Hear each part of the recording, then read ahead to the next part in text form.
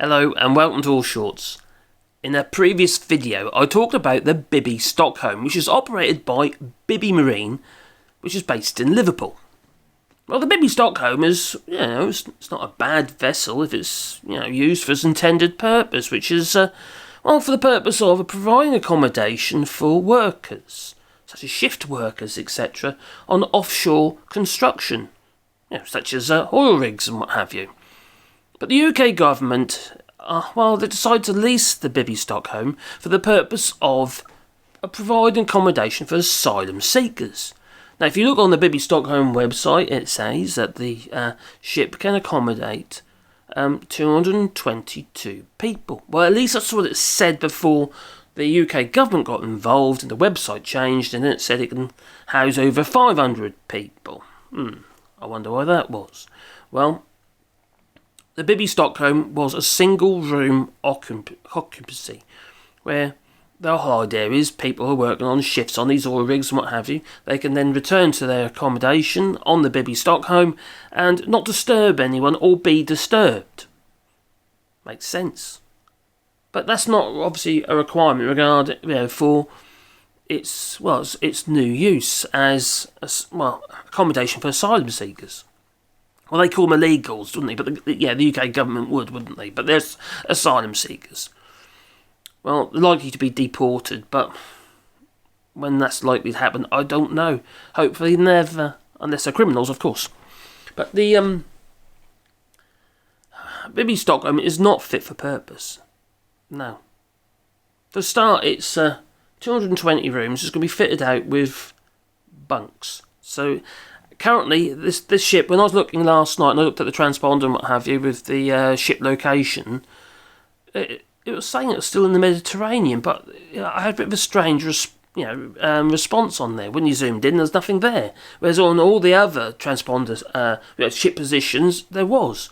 Well, this morning I find out that the Bibby Stockholm is actually in UK waters already. So it won't be long before it's, in port. Now, it will be destined eventually for Weymouth, and currently it's heading for Falmouth, where it's going to be refitted with bunks. Yes, the single room occupancy is no longer be single room occupancy. It's going to be 2 people per room.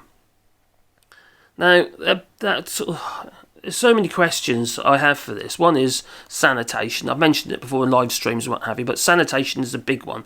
500 people all crammed together in basically a steel box. Several steel boxes, because that's what they are really. And yes, I know it says it's a luxury accommodation for people who are touring and froing. They're going to work, generally, all day long and returning there basically to take something to eat and sleep. But no, its new purpose, so new usage, is going to be people living on there and likely to be on there all day long, twiddling their thumbs. Now, I can see this is going to be a recipe for disaster, absolute disaster. The security alone apparently is going to be costing around 20-odd thousand a day, and they're going to need it. And you pile in all these men, because they're saying now it's all going to be men, on the Bibby Stockholm. Well, that's a route for disaster, isn't it? You're going to have fights breaking out, you're going to have all sorts of problems. Again, it's going to become almost like a gang environment. Now, if they do what they say they're going to do, and they say they're going to put them in there for 28 days, and then they're going to ship them out to Rwanda, which is absolutely disgusting, but I'm sure Sewell and Braverman were very happy to see the first plane heading for Rwanda on the front cover of the Telegraph. That woman's a witch. Sorry, I'll just say it as I see it. Well, so that's one problem. Sanitation. Well, 2 problems. Sanitation, security, potential for mutiny. The other thing is how they're going to stretch their legs, quite frankly. Because there is a gym on board and stuff like that, but there's not enough stuff there to accommodate 500-odd people. No. Also cooking facilities and stuff like that. All with, different dietary needs. Apparently there's going to be a doctor there as well, so medical facilities on board as well. But remember, there's 500 people, all crammed into a steel box, and that is that's a petri dish. chucking a load of people into one little steel box, stirring them all up effectively, and it's going to be full of disease. I can't see it ending that well. Now, when I first talked about this, it looked like it was actually going to be in a high security port, actually, like, for instance, a customs port, but it's not. It's going to be heading after Falmouth, and had its refit in Falmouth with the double bunks and stuff like that. It's then going to be heading to Weymouth, for which the locals are, well, as one person put it, who was called in on LBC this morning talking to Nick Ferrari. Nick Ferrari was quite defensive of it, actually, in some ways, and of the people, in that we should and must provide them some kind of sanctuary. But one person phoned in from Weymouth, and he was he seemed very civil and what have you. He wasn't being verbally aggressive about these asylum seekers. But he said, we're worried. The people living in Weymouth are worried. And he said that they had council meetings and stuff like that.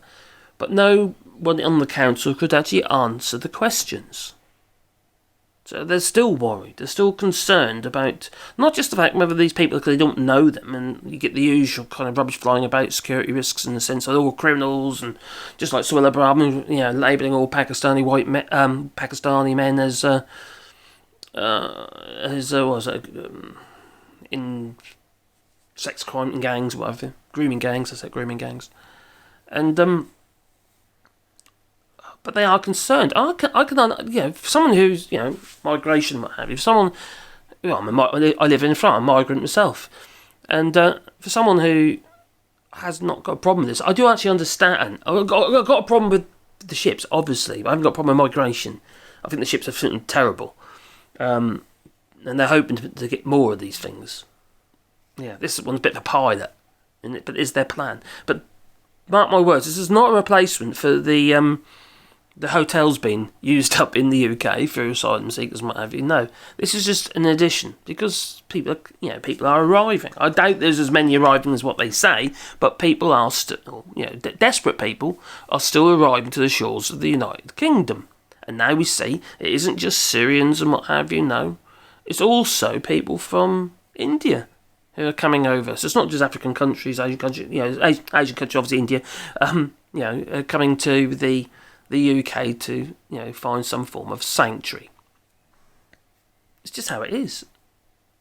It's the current state of affairs. And then we're going to have, there's climate crisis. We're going to have a different wave of people coming probably coming to the UK. Obviously the rest of the EU countries as well, who have accepted more people than the UK. Germany, for instance, they've accepted way over 1 million refugees. The UK takes around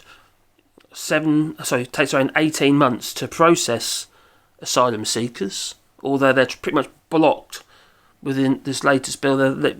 Recent bill, they've pretty much blocked asylum seekers being able to take asylum if they arrive on a boat because they're immediately branded as illegals. So they get, apparently they're going to be shipped straight to Rwanda eventually. But other countries such as France, Germany, they take on average around 7 to 8 months to process, not 18.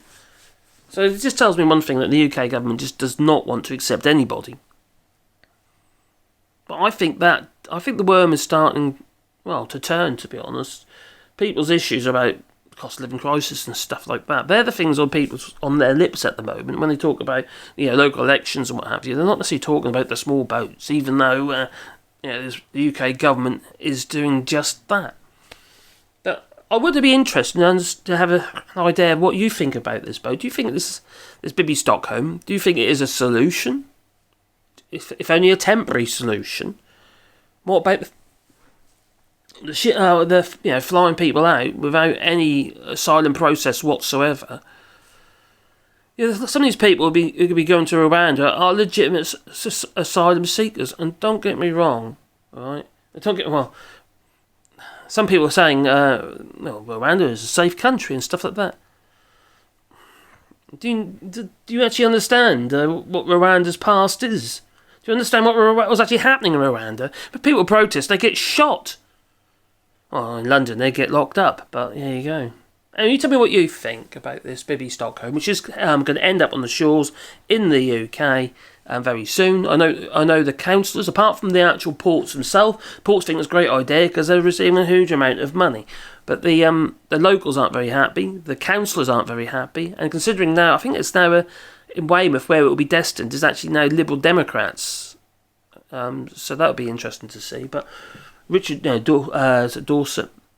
Richard Drax, for instance, the son of a slaver, descendant of slavers, he's kicking off. He thinks it's a crazy idea, but obviously he would do because people he represents aren't very happy, and I can understand why. I do understand how desperate, not just their plight is, but how desperate people must feel, vulnerable people must feel if they don't know who the people are that are coming. I kind of get that, it's anxiety. But that's because, we've become quite an insular country. Like, we shut ourselves off from the rest of the EU and what have you, and we don't actually seem to want to, embrace people anymore. All you need is love. Well, it's John Lennon, actually, but, Oh, dear. Oh, and you tell me what you think. Please leave it in the comments down below. Like I say, if you watch Sport Channel, you can do that on Patreon or Buy Us a Coffee. And the links are down below in the description. There's also a GoFundMe link down there as well for the channel. Because I couldn't do that I couldn't, carry on with this channel without your support, to be honest. Oh, look at them. Oh, I almost forgot they were there. Look at him. Little sleepy head. Oh, eat now. Woke him up. And my other little one over here. My little Wally. Oh. My little buddies. Anyway, take care. And have a lovely day. Ta-ta.